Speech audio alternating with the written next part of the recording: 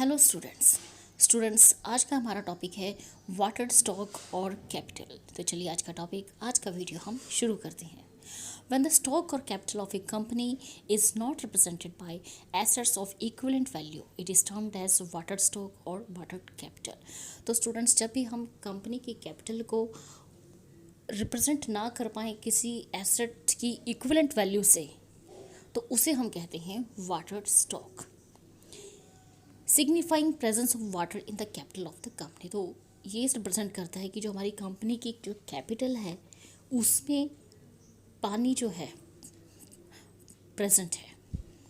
Means ज़्यादा पैसा उसमें इन्वॉल्व नहीं है, लेकिन उसमें ज़्यादा से ज़्यादा वाटर इन्वॉल्व है, क्योंकि हम अपनी कैपिटल को किसी अपनी कंपनी की एसेट वैल्यू के इक्विवेलेंट प्रेजेंट नहीं कर पा रहे हैं।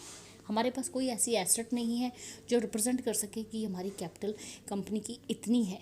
तो this is known as a water stock और capital. In simple words, water capital means that the realizable value of the assets of a company is less than its book value। Simple शब्दों में water capital का मतलब है जो भी हम अपनी कंपनी की एसेट्स को बेचकर रियलाइजेबल वैल्यू वसूल करते हैं वो उसकी बुक वैल्यू से भी कम होती है। तो this is known as water capital. In the words of Hoagland, a stock is said to be watered when its true value is less than its book value. Hoagland ने बताया है कि कोई भी स्टॉक वाटर तब होता है जब उसकी जो असली वैल्यू है, ट्रू वैल्यू है, उसकी बुक वैल्यू से भी कम होती है। तो ये होती है हमारी वाटर स्टॉक और कैपिटल। जब हम अपनी कंपनी की कैपिटल को उसकी इक्विवेलेंट वैल्यू ऑफ एसेट्स के ना रिप्रेजेंट कर सकें तो वो होती है हमारी वाटर स्टॉक और कैपिटल। नेक्स्ट है causes of water stock. The problem of water stock generally arises eight the time of incorporation of a company. तो वाटर स्टॉक की जो प्रॉब्लम है वो कब अराइज होती है? वो अराइज होती है जब हमारी कंपनी इनकॉर्पोरेट होती है, at the time of incorporation of a company. लेकिन कई केसेस में, but in some cases it may also arise later during the life time of the company. लेकिन कई केसेस में ये वाटर स्टॉक जो है बाद में भी अराइज हो जाता है during the life time of the company. The following are the main causes of water stock situation. तो ऐसे काफ़ी सारे कारण हैं जिसमें हमारी वाटर स्टॉक सिचुएशंस क्रिएट होती हैं। Number 1 is valuing the services of the promoters at unduly high values and paying for their services in the form of stocks। तो जो भी हम at the time of incorporation of a company हम promoters की services लेते हैं तो उन्हें काफ़ी हाई वैल्यूज़ हम पे करते हैं उनकी सर्विसेज के लिए, और कई बार तो हमें उनकी सर्विसेज के बदले में उन्हें स्टॉक्स भी देने पड़ते हैं कंपनी के। सेकेंड है acquiring the assets of the company at too high a price.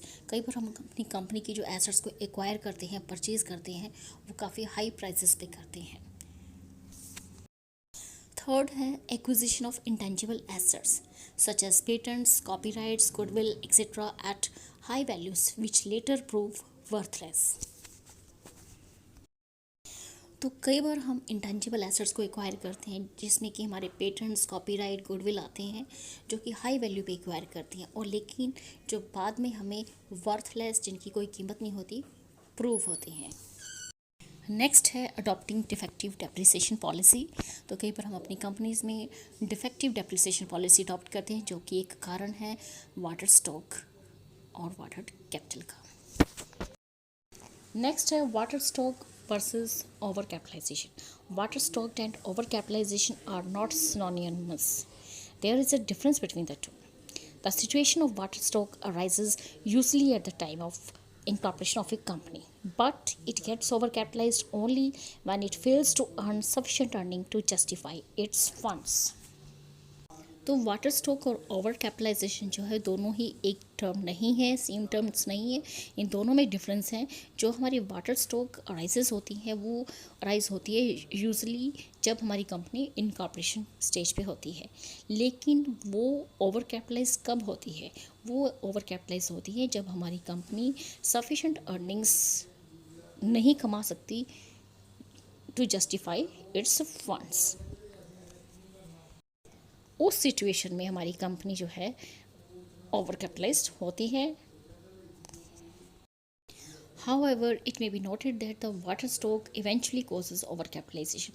लेकिन ऐसा नोट किया जाता है कि जो वाटर कैपिटल स्टॉक है उनकी उसकी वजह से ओवर कैपिटलाइजेशन होता है, but it is not always, लेकिन ये हमेशा नहीं होता, because earnings of the company में justified capitalization all the stock में रिमेन वाटर।